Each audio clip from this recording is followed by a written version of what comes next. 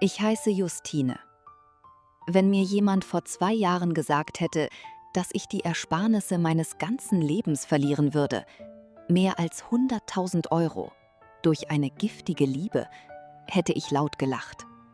Ich hätte gesagt, nein, das passiert mir nicht. Ich bin eine kluge und vorsichtige Frau. Aber der Mann, der mein Leben fast zerstört hat, war kein Unbekannter aus dem Internet. Er kannte meine tiefsten Schwächen. Er wusste ganz genau, was er tat. Und er hat eine absolut perfekte, grausame Falle für mich gebaut. Bitte macht es euch bequem und hört euch meine Geschichte ganz genau an. Denn Manipulation passiert nicht nur den anderen, es kann jedem passieren. Alles begann in einer sehr dunklen Zeit in meinem Leben. Es war ein kalter November. Ich hatte mich gerade von dem Vater meines Sohnes getrennt.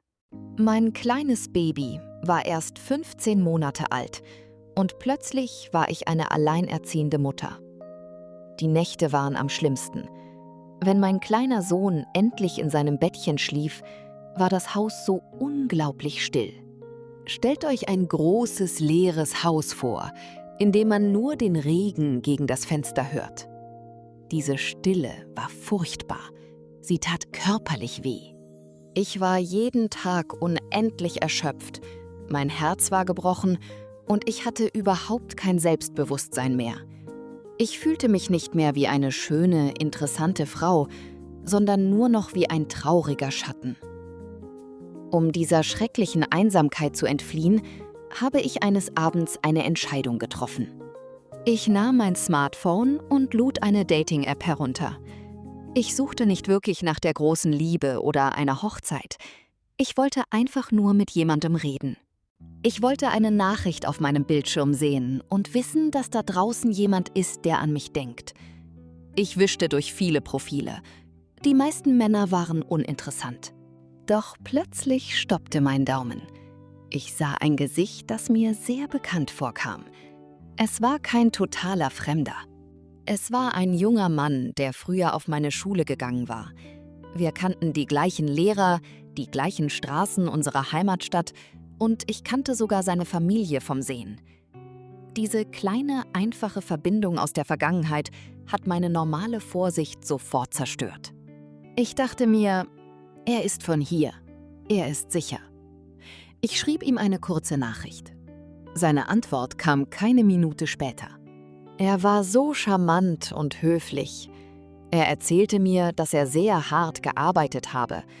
Er habe Informatik studiert und sei jetzt ein erfolgreicher Teamleiter in Deutschland. Er sagte mir, dass er sehr viel Geld verdiene, mehr als 6.000 Euro im Monat, aber dass er sich in seinem großen Apartment oft einsam fühle. Wir schrieben die halbe Nacht. Am nächsten Morgen, als ich die Augen aufmachte, hatte ich bereits eine neue Nachricht von ihm. »Guten Morgen, du wunderschöne Frau. Ich hoffe, du hast gut geschlafen.« Ich lächelte. Es war das erste Mal seit vielen Monaten, dass ich morgens lächelte. Unsere Gespräche wurden unglaublich schnell sehr intensiv. Von Anfang an hat er mir den sprichwörtlichen roten Teppich ausgerollt. Es war eine echte Explosion der Liebe und der Komplimente. Psychologen nennen diese Methode heute Love-Bombing, ein Liebesbombardement. Mein Telefon vibrierte von morgens bis abends. Mittags schrieb er, »Ich sitze im Büro und kann mich nicht konzentrieren, weil ich nur an dein Lächeln denken muss.« Abends rief er mich an und wir sprachen stundenlang. Für mich, eine Frau, die sich so wertlos und allein gefühlt hatte, war diese Zuneigung wie Wasser in der Wüste. Es war wie eine starke Droge. Ich war völlig blind vor Glück. Zu dieser Zeit begann die Welt sich zu verändern. Die Corona-Pandemie brach aus. Es gab einen strengen Lockdown. Die Straßen waren leer und niemand durfte mehr normal ausgehen. Weil er angeblich nicht mehr so viel reisen durfte und im Homeoffice arbeitete, schlug er vor, zu mir zu ziehen. Es ging alles so schnell, aber ich sagte ja. Er packte seine Koffer und zog in mein Haus. Am Anfang war es wunderschön. Er kochte für mich, er brachte mir Kaffee ans Bett. Und was für mich am wichtigsten war, er war wunderbar zu meinem kleinen Sohn. Er spielte mit ihm auf dem Teppich und brachte ihn zum Lachen. Aber langsam, ganz langsam, nahm er den ganzen Platz in meinem Leben ein. Ich hatte keine Zeit mehr nachzudenken oder die Situation klar zu sehen. Wenn ich mit meiner Familie telefonieren wollte, stand er oft neben mir oder sagte, dass wir doch lieber Zeit zu zweit verbringen sollten. Er saturierte meinen Alltag mit seiner Präsenz. Um mir zu zeigen, dass er es wirklich ernst meint und eine lange Zukunft mit mir plant, fing er an, über unsere Träume zu sprechen. Er sagte, dieses Haus ist zu klein für uns 3. Wir müssen ein riesiges Haus mit einem großen Garten für den Kleinen kaufen. Er wiederholte immer wieder, dass Miete zahlen dumm sei, besonders weil er so viel Geld auf der Bank habe. Um diesen enormen Reichtum zu erklären, erzählte er mir eines Abends auf dem Sofa eine sehr dramatische und traurige Geschichte. Er sagte, sein allerbester Freund sei vor wenigen Jahren bei einem schrecklichen Unfall gestorben. Als er davon erzählte, weinte er bitterlich. Echte Tränen liefen über sein Gesicht. Er erzählte, dass dieser Freund keine Familie hatte und ihm deshalb sein gesamtes Vermögen hinterlassen habe. Er nahm sein Handy, öffnete seine Banking-App und zeigte mir den Bildschirm. Ich sah es mit meinen eigenen Augen. Der Bildschirm war blau, das Logo der Bank war oben und in der Mitte stand eine Zahl, fast 1 Million Euro. Mit so einem klaren, visuellen Beweis konnte ich natürlich nicht an seinen Worten zweifeln. Heute weiß ich, dass diese App eine Fälschung war, ein Programm, das er selbst geschrieben hatte. Aber damals glaubte ich ihm alles. Ich hatte so viel Mitleid mit ihm. Ich nahm ihn in den Arm und wollte ihn retten und trösten. Seine Tränen, seine traurige Geschichte, das alles war nur eine extrem gut geplante Technik, um mich weich und blind zu machen. Er wusste, dass ich ein sehr empathischer Mensch bin. Trotzdem hatte ich manchmal ein seltsames Gefühl im Bauch. Manchmal passten kleine Details nicht zusammen. Er bekam Anrufe zu komischen Zeiten oder er widersprach sich in seinen Geschichten. Wenn ich ihm dann kritische Fragen stellte, veränderte sich sein Gesicht komplett. Er wurde extrem wütend und kalt. Er drehte meine Worte im Mund um. Er sagte Dinge wie: Nach allem, was ich für dich tue, vertraust du mir immer noch nicht? Bist du wirklich so kaputt durch deinen Ex-Freund? Er manipulierte das Gespräch so lange, bis ich mich am Ende furchtbar schuldig fühlte. Ich weinte und entschuldigte mich bei ihm dafür, dass ich böse Fragen gestellt hatte. Aber der wahre Horror seiner Manipulation, das, was mich heute noch nachts aufwachen lässt, ging noch viel weiter. Während des langen Lockdowns fühlte ich mich oft isoliert. Eines Tages bekam ich auf Facebook eine Nachricht von einer jungen Frau. Sie hieß Sarah und schrieb, sie sei eine alte Freundin von ihm. Sie sei im 4. Monat schwanger, ihr Freund habe sie verlassen und sie brauche dringend den Rat einer Mutter. Da ich immer gerne helfe und Mitleid mit ihr hatte, antwortete ich ihr. Wir wurden schnell Internetfreundinnen. Wir schrieben uns jeden Tag. Sarah war so verständnisvoll. Ich erzählte ihr von meinen tiefsten Ängsten. Ich erzählte ihr, wenn ich mich mit ihm gestritten hatte oder wenn ich wieder finanzielle Sorgen wegen des neuen Hauses hatte. Ich vertraute ihr völlig. Was ich damals nicht wusste, was ich erst viel später durch die Polizei erfuhr, diese schwangere Freundin Sarah existierte gar nicht. Er war es selbst. Er saß abends auf dem Sofa neben mir, sein Handy in der Hand und schrieb mir heimlich als Sarah. Er hatte ein falsches Profil mit gestohlenen Fotos erstellt, um meine intimsten Gedanken auszuspionieren. Wenn ich der falschen Freundin am Nachmittag meine Zweifel erzählte, wusste er am Abend ganz genau, was er sagen musste, um mir diese Zweifel wieder zu nehmen. Er wusste immer, was ich dachte. Er war mir immer 3 Schritte voraus. Er war wie ein Regisseur und ich war nur eine Marionette in seinem kranken Theaterstück. Die Falle schloss sich in den nächsten Wochen ganz langsam, aber sicher. Wir hatten endlich den Vorvertrag für unser neues Traumhaus unterschrieben. Es war eine wunderschöne Villa. Aber sein Geld, diese angebliche Million aus Deutschland, kam nie an. Er hatte jeden Tag eine neue, perfekte Ausrede parat. Die Deutsche Bank prüfe noch etwas. Es gebe ein Problem mit internationalen Papieren. Wegen der Corona-Krise arbeite die Bank sehr langsam. Gleichzeitig wusste er ganz genau, dass ich Geld gespart hatte.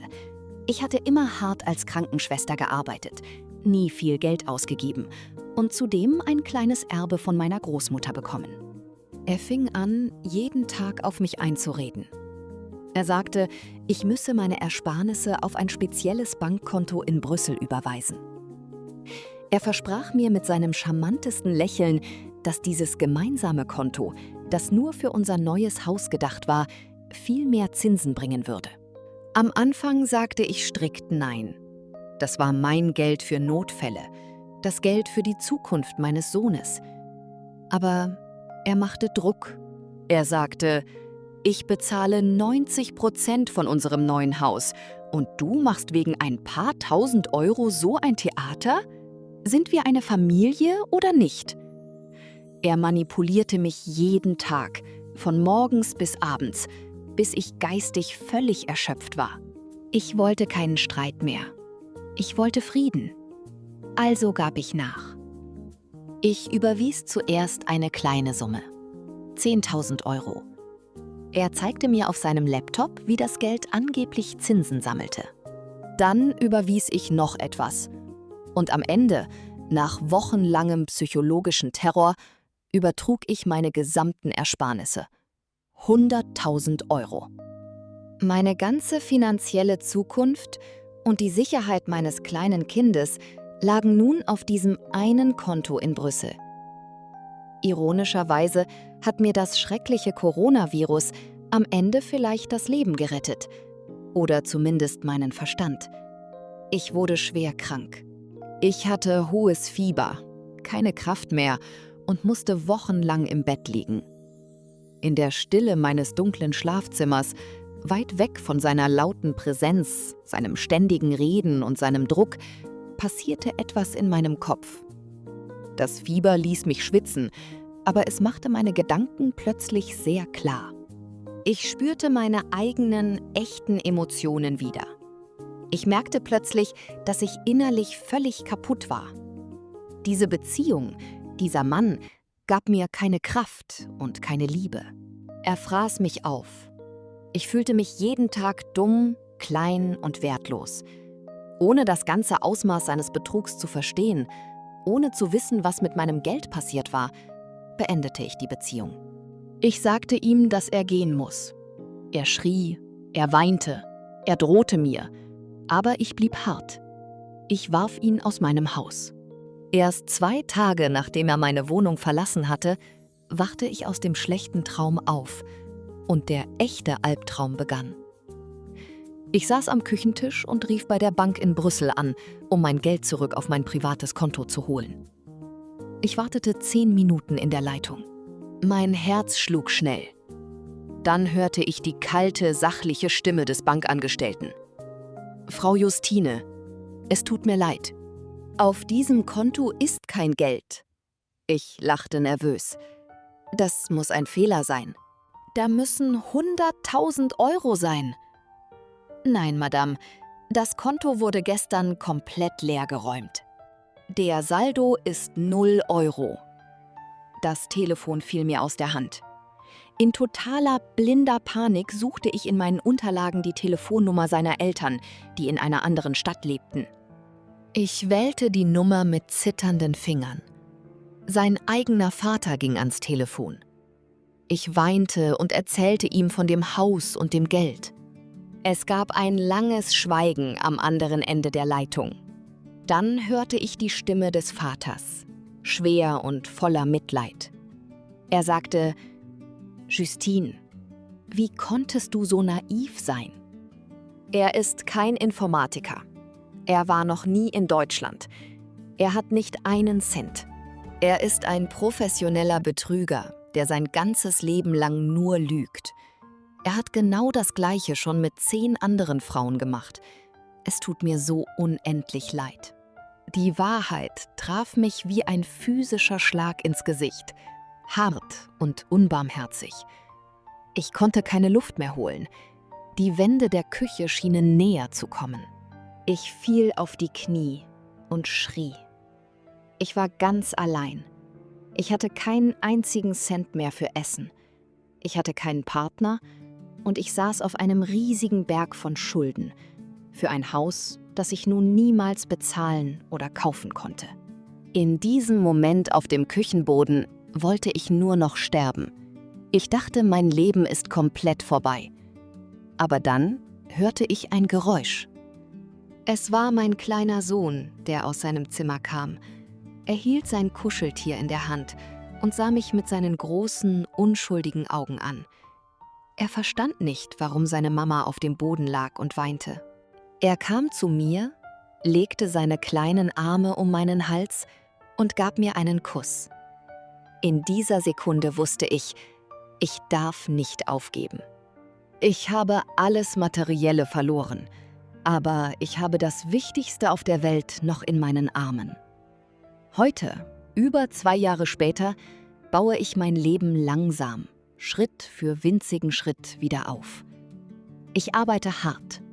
Die Justiz arbeitet extrem langsam, aber ich habe Kontakt zu den anderen weiblichen Opfern aufgenommen und wir haben ihn gemeinsam vor Gericht gebracht. Ich lerne jeden Tag in der Therapie, mir selbst zu vergeben, dass ich so blind und bedürftig war. Es ist ein langer Weg. Ich erzähle euch meine Geschichte heute nicht, um Mitleid zu bekommen. Ich erzähle sie, um euch eine lebenswichtige Lektion mitzugeben. Hört auf euer Bauchgefühl. Wenn euch etwas seltsam vorkommt, dann ist es seltsam. Lasst niemals zu, dass schöne Worte, Liebeserklärungen und romantische Geschenke eure innere Stimme zum Schweigen bringen. Liebe soll euch stark machen, nicht schwach. Wenn etwas zu perfekt erscheint, um wahr zu sein, dann ist es eine Illusion. Schützt euer Herz und schützt euch selbst. Danke fürs Zuhören.